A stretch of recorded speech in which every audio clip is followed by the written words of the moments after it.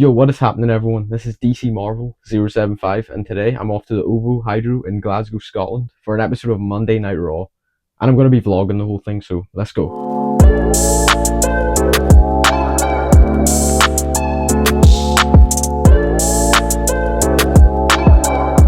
As I was walking to the arena, I was starting to wonder who Jay's mystery tag team partner could be. I thought it could be Joe Hendry. I also thought it could be Jimmy Uso. I was just so unsure. I was also really curious to see what John Cena would have to say. I wanted to know what his response was to Cody Rhodes from last week in Belgium. I'm also incredibly hyped for John Cena versus Cody Rhodes. I already know that match is going to be a banger, but the thing is, I have no idea who's going to win it. Half of me thinks John Cena will win, the other half of me thinks Cody's going to retain. I just don't know, man. Let me know what you think in the comments. When I was sitting in the arena, I also thought it was really cool to see how everything was set up and kind of the behind the scenes of it all. I also got a photo beside the WrestleMania sign, which was pretty cool. Before the event started, they played some clips and videos, like WWE Now, future tours, and some hype packages. Then in came Michael Cole, one of the greatest wrestling commentators of all time. Then in came Pat McAfee. It was really cool to see him in person, and also he was wearing a kilt, which was kind of funny. Then we had the arrival of one of the biggest wrestlers in WWE history, John Cena. This was crazy to see John Cena in person, as he is one of the GOATs of wrestling and has accomplished so much. From watching him on TV for so many years, now to seeing him in person, it was so surreal. John Cena then went on to deliver a promo about how he feels disrespected and how he's going to retire as the last and real WWE champion. And then in came the current undisputed WWE champion, the American Nightmare, Cody Rhodes. John Cena's promo was really interesting, and we now know what his goals are heading towards WrestleMania. Was saying what you just said in front of these lovely people while I was in the building. We then found out who Jay's mystery tag team partner was.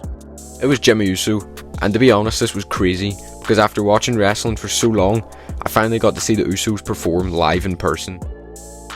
Also, I apologise for not recording Jay's entrance, but it's one of those things where you have to experience it in the moment, you know. It was absolutely hype. But as I was saying, this was the Usos' first match as a tag team since 2023, so that was pretty cool to see. And it was also really surreal seeing them hit a 1D. Up next, we have Lyra Valkyria versus Raquel Rodriguez for the Women's Intercontinental Championship.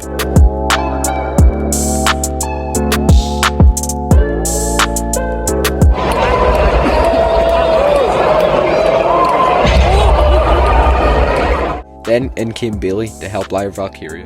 Then at the other side of the arena, we got to see the New Day get interviewed. They pretty much said that at WrestleMania they're going to win the World Tag Team Championships against the War Raiders. Then in came Adam Pearce to discuss what happened last week in Belgium.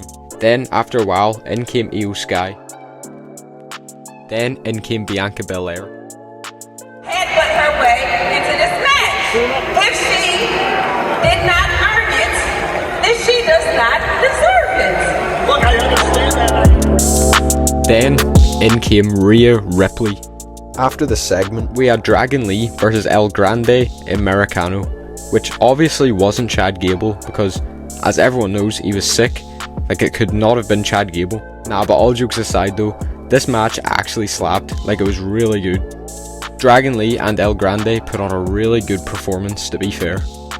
After this match, in came the voice of the voiceless, CM Punk. And he screwed me at Elimination Chamber, which doesn't... He also got a really good reception. And stop me from getting what I want. Gotta go. Seth Rollins takes it personal because he's been crying ever since I came back here because the magnitude of me and the shadow I cast over him belittles everything he's about in his entire career. Roman Reigns,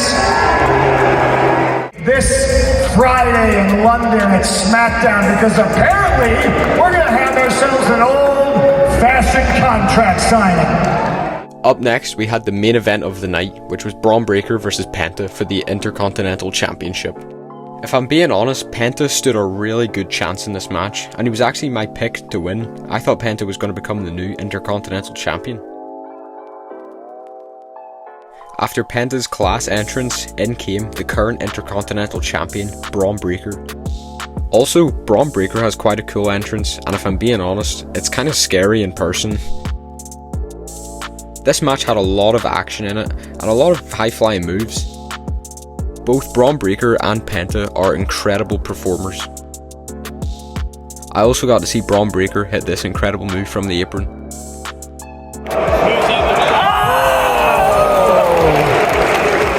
Then after a while, in came Dominic Mysterio with Carlito.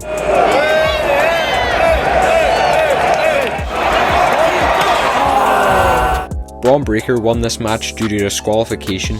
The match itself was really good, and it's also really cool to see the Judgment Day storyline build up each week. But overall, this episode of Monday Night Raw was absolutely peak.